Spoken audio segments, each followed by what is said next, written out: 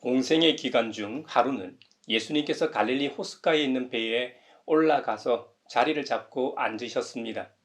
너무나 많은 사람들이 예수님을 쫓아왔기 때문에 좀 효율적으로 말씀을 전하기 위해서였습니다.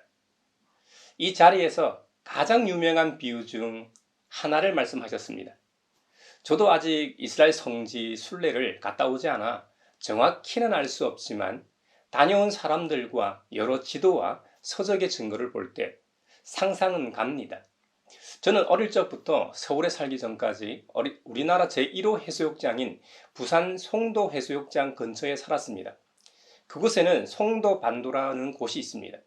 우리나라에서도 지질학적으로 중요한 지역 중 하나이기도 합니다. 송도반도에는 약 150m 정도 되는 장군산과 진정산을 잇는 능선으로 이루어져 있습니다.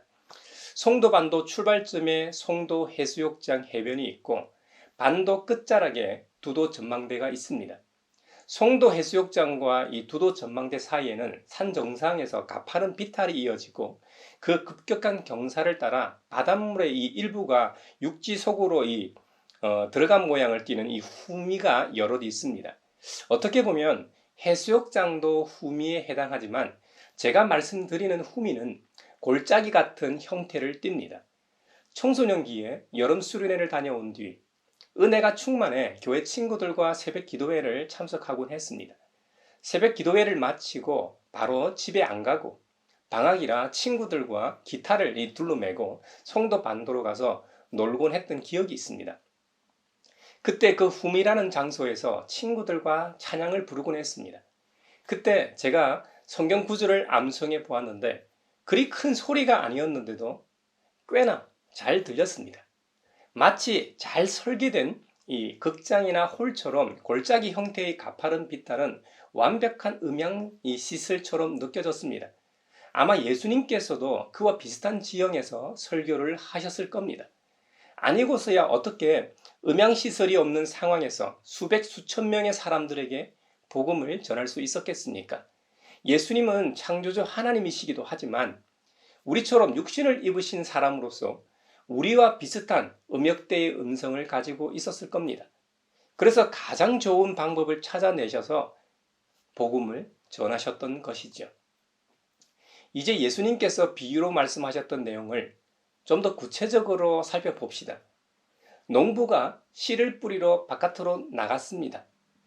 이것은 예수님께서 그냥 상상해 보라고 지어내신 농부가 아니라 갈릴리 호숫가에서 예수님의 말씀을 듣고 있는 이들도 쉽게 볼 수 있고 비유로 말씀하시는 예수님도 볼 수 있는 광경이었습니다.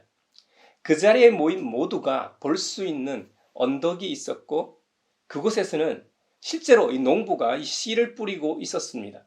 왜 제가 이렇게 말씀하냐면 한글 성경이나 영어 성경에는 씨 뿌리는 어떤 사람으로 막연한 대상으로 번역하고 있지만 헬라어 원어에는 그 씨 뿌리는 자라고 되어 있기 때문입니다. 이렇듯 예수님께서 모두가 볼 수 있는 산교제로 하나님 나라에 대해 가르치셨던 것이죠. 농부가 씨를 뿌립니다. 그 뿌린 씨 중에 일부는 길가에 떨어졌습니다. 하지만 새들이 와서 그것을 쪼아 먹었습니다. 또 일부는 흙이 많지 않은 돌짝밭에 떨어졌습니다. 흙이 깊지 않아서 비록 싹은 났지만 해가 뜨자 뿌리가 없어서 그만 말라버렸습니다. 또 일부는 가시덤불에 떨어졌습니다. 그런데 가시덤불이 자라서 그만 그 기운을 막았습니다. 또 일부는 좋은 땅에 떨어졌습니다. 그래서 열매를 맺었는데 어떤 것은 100배, 어떤 것은 60배, 어떤 것은 30배의 열매를 맺었습니다. 이 비유 이야기는 교회 다니는 사람은 한 번 이상 들은 너무나 유명한 이야기입니다. 팔레스타인 지역에서는 씨 뿌리는 방법이 두 가지 있습니다. 하나는 씨 뿌리는 농부가 밭을 오르내리면서 씨를 뿌리는 것이고 다른 하나는 씨앗이 담긴 이 자루를 노새 등에 얹어 뿌리는 방식입니다. 첫 번째 방법인 농부가 직접 씨를 뿌리는 방식은 밭의 가장자리를 뿌릴 때 바람에 의해 밭 밖으로 날아가기도 했습니다. 두 번째 방식인 노새 등에 씨앗 자루를 얹어 뿌리는 방식은 씨앗이 든 자루 한 귀퉁이를 조금 찢거나 베어 구멍을 냅니다. 그리고 노새를 이끌고 밭 아래 위로 다니면서 씨가 흘러나와 뿌리는 방식입니다. 이때 노새가 밭과 밭 사이를 건너면서 밭 사이에 있는 길가에 떨어지게 됩니다. 팔레스타인 지역에 있는 밭들은 길고 좁은 이랑으로 되어 있습니다. 이런 이랑은 농부들이 주로 지나다니는 길일 뿐만 아니라 어떤 이랑은 일반적인 사람들도 그냥 지나다니는 길이었습니다. 시간이 지나면 자연스레 포장도로처럼 딱딱하게 굳게 되겠죠. 이것이 바로 예수님께서 말씀하신 길가입니다. 돌짝밭도 팔레스타인 지역에서는 흔히 볼 수 있는 땅입니다. 스퀘암층이 기초를 이루고 있는 땅 위에 얇게 이 흙이 덮여 있는 형태죠. 깊어봐야 흙 깊이가 10cm 이내였습니다. 위에는 자갈밭이고 그 아래 아주 얇은 흙이 있고 그 밑에는 스퀘암층, 즉 안반이 있었다는 의미입니다. 그러다 보니 이런 땅은 태양열을 받아 더 빨리 이 씨앗의 싹을 틔우지만 토양이 깊지 않아 영양분과 이 습기를 찾아 뿌리가 뻗어도 곧 암석에 부딪혀 한계가 오고 장렬하는 이 태양에 말라 곧 죽고 마는 것이죠. 주님께서 비유로 드신 씨는 주님께서 전하시는 말씀을 가리킵니다. 아마 이 설교를 하는 저를 포함해서 이 영상을 시청하고 있는 모두가 예수님께서 비유로 드신 네 가지의 범주 중 하나에 해당하거나 상황과 시점에 따라 바뀔 수도 있을 겁니다.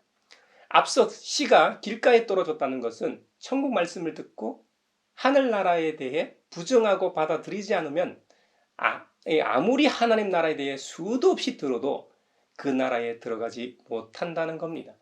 이것은 말씀이 마치 이 겉에만 묻어 있지 그 사람 이 마음에 있지 않기 때문입니다. 마음에 있는 것이 아니기 때문에 악한 자가 와서 그 사람 겉에 있는 이 씨를 쉽게 빼앗아 간다는 것이죠. 우리 주위를 보면 어떤 사람들은 복음을 듣고도 냉소적이고 빈정대는 사람이 있습니다. 이렇게 부정적으로 반응하는 사람들이 말씀이 길가에 떨어진 경우입니다.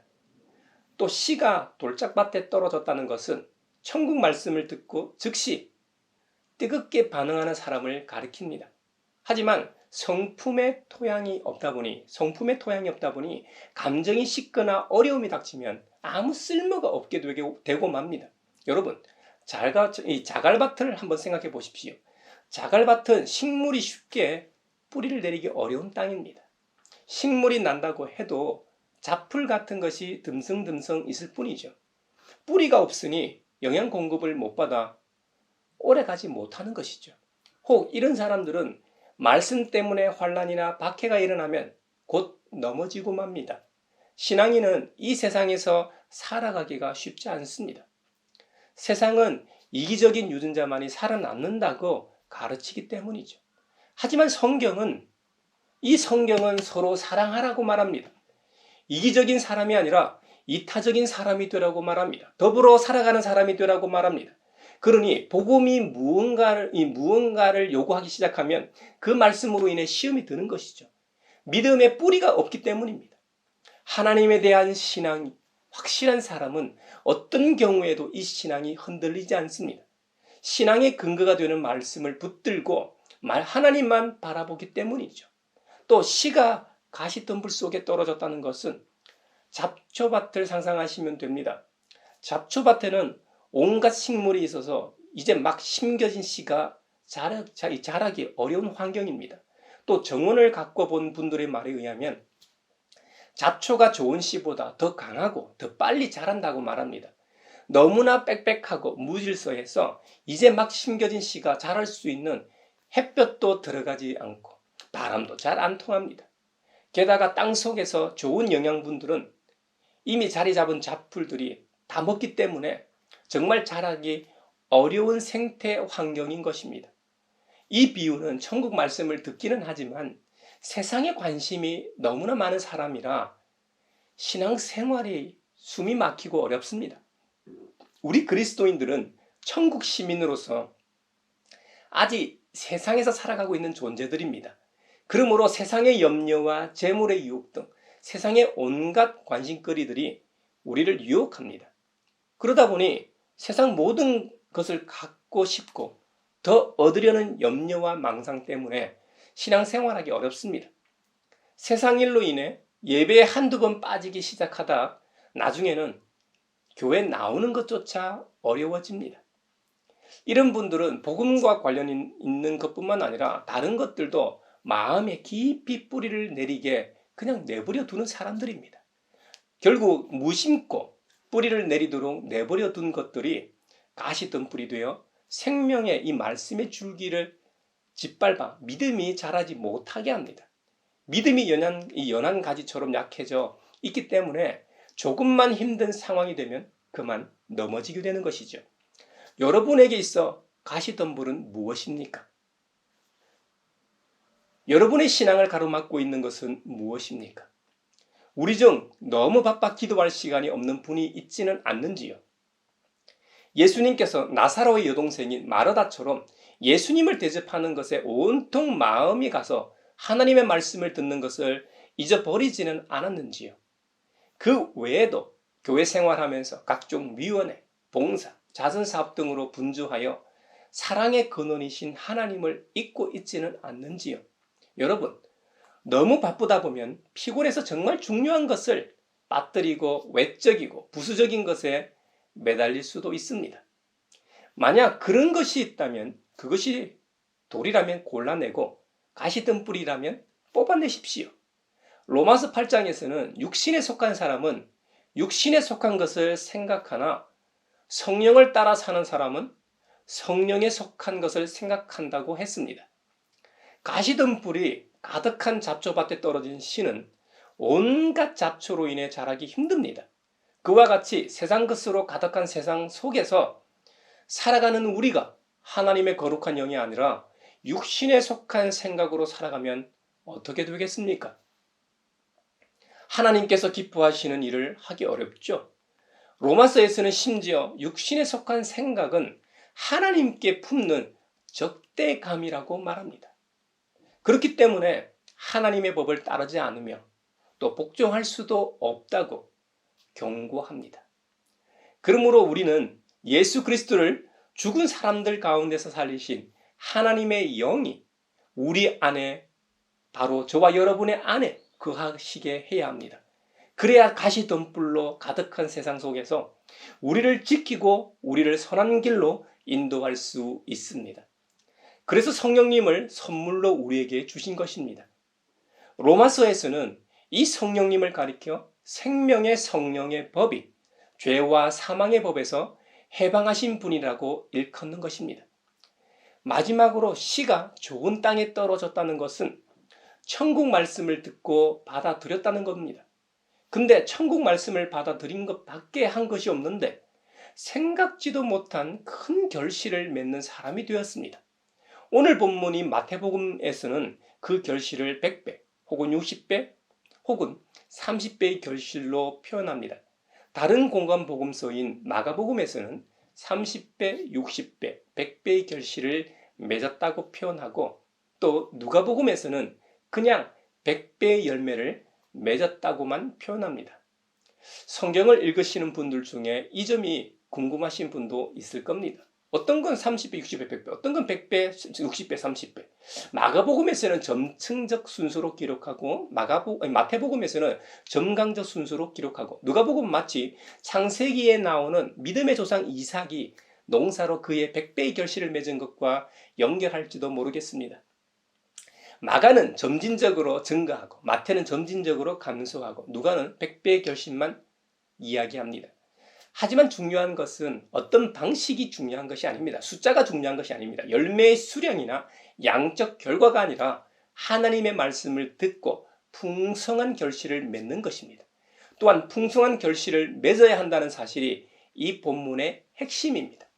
달란트 비유에서도 알 수 있듯이 저마다 동일하게 결실할 수 없습니다. 하나님께서 애초부터 동일하게 주시지 않았기 때문입니다. 받은 만큼만 하면 됩니다. 우리는 누가 얼마나 받았는지 모릅니다. 단순히 눈에 보이는 수치나 현상만 보고 말해서는 안 됩니다. 결국 판단은 하나님의 몫이요, 하나님의 주권 안에 있는 것입니다. 우리는 단지 열매가 하나든 둘이든 열이든 함께 기뻐하고 축하하면 그만입니다. 씨 뿌리는 농부 이야기 비유를 들었던 사람들 중에 저와 여러분이 있다고 상상해 보십시오. 예수님께서는 그들에게 귀 있는 사람은 들으라고 말씀하셨습니다. 너희는 듣고 있느냐? 정말로 듣고 있느냐고 반문하십니다. 사실 그 자리에 있던 수백 수천의 사람들 중에는 적지 않은 사람들이 2000년 전 이스라엘의 정치 경제적 상황에 대해 답을 얻고자 했을 겁니다.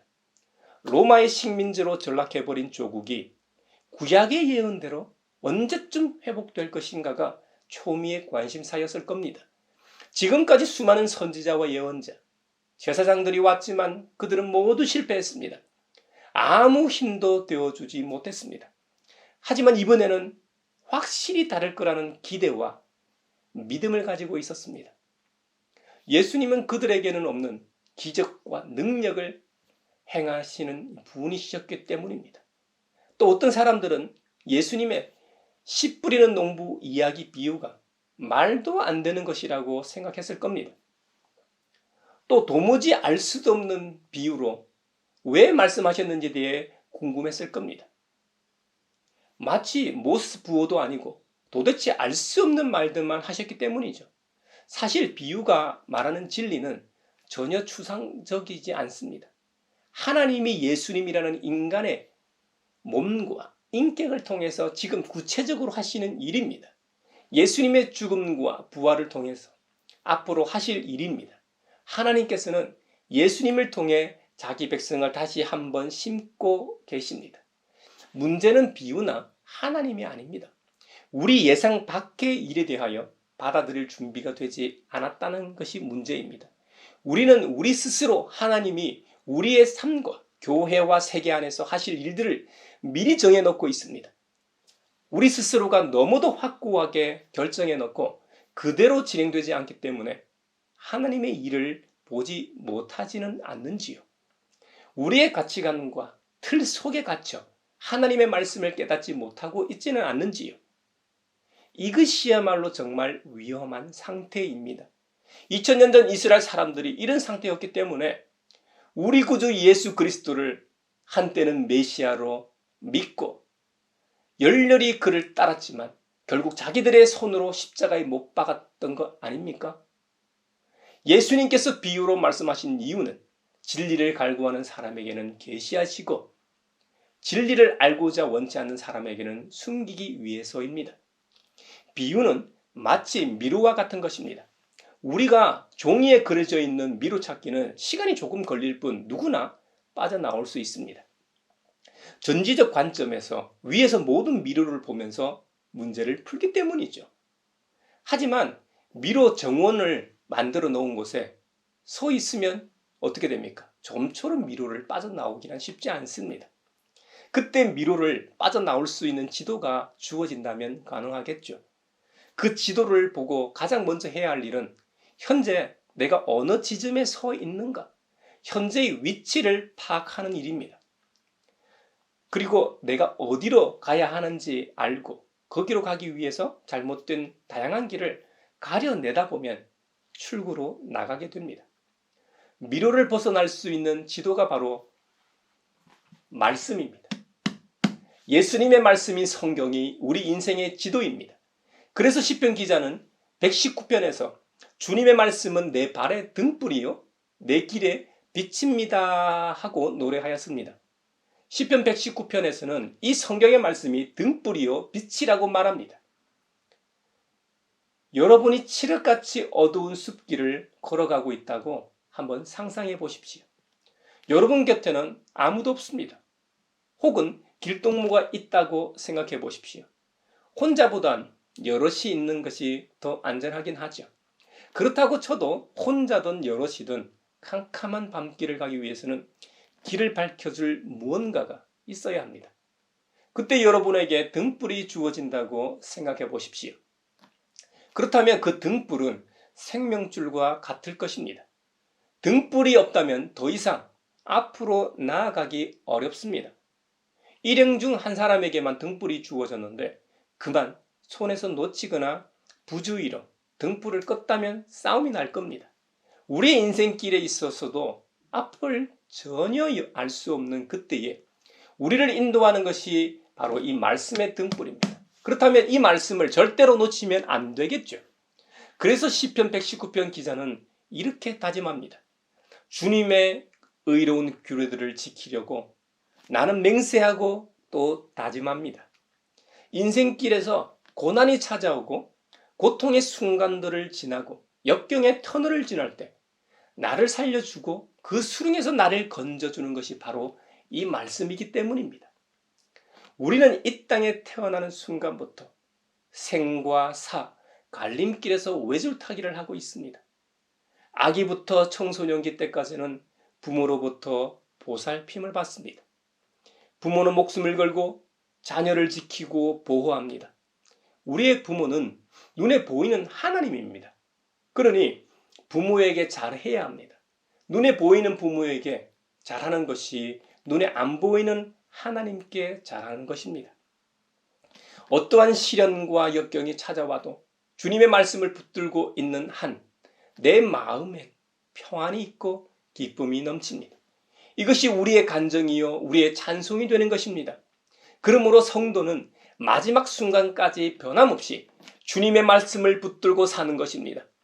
그래서 매주마다 각자 속해 있는 교회 공동체에 모여 공적으로 하나님께 예배를 드리는 행위는 매우 중요합니다. 이 생명의 말씀을 주신 하나님께 우리의 신앙을 다시 한번 점검하는 자리이기 때문이죠. 또한 이런 신앙을 공유하는 형제자매들이 그리스도 안에서 서로 교제하는 것도 매우 중요합니다. 환난과 시험 중에 빠진 지체가 있으면 손을 잡고 함께 아파하고 슬퍼하는 것이 공동체의 존재의 이유입니다. 또 기뻐하고 축하할 일이 있을 때는 내 일처럼 내가 잘된 것처럼 함께 기뻐하고 즐거워하는 것이 공동체의 존재의 이유입니다. 우리 가양교회가 이런 교회가 되길 바라고 축원합니다. 오늘을 살아가는 우리 성도들에게 인생의 나침반이여 비밀 지도와 같은 이 말씀을 붙드십시다. 이 성경이 이끄는 대로 나아가는 우리 모두가 되길 축원합니다. 분명 예수님이 말씀하신 것처럼 만약 100배의 결실을 맺을 수만 있다면 그건 정말 대단할 겁니다. 마치 로또라도 당첨된 것처럼 말입니다. 오늘을 살아가는 우리도 씨 뿌리는 농부 이야기 비유를 듣고 저마다 다르게 생각할 겁니다. 하지만 그날 갈릴리 호숫가에 서 있던 사람들처럼 우리도 고민해 보아야 합니다. 성경을 읽으면서 2000년 전이 아니라 오늘날 하나님이 하시는 일이 무엇인가 생각해 보아야 합니다. 우리가 믿는 그리스도교는 우리의 기분이나 북돋워 주는 교훈이 아닙니다. 창조주 하나님께서 이 세상에서 하시는 일에 대한 이야기입니다. 하나님께서 예수님을 통해 하신 일에 관한 이야기입니다. 그리고 그분을 믿는 우리를 통해서 하시려는 일에 대한 이야기입니다. 저와 여러분은 어떤 이야기를 들려주어야 오늘 사람들이 들을 수 있을까요?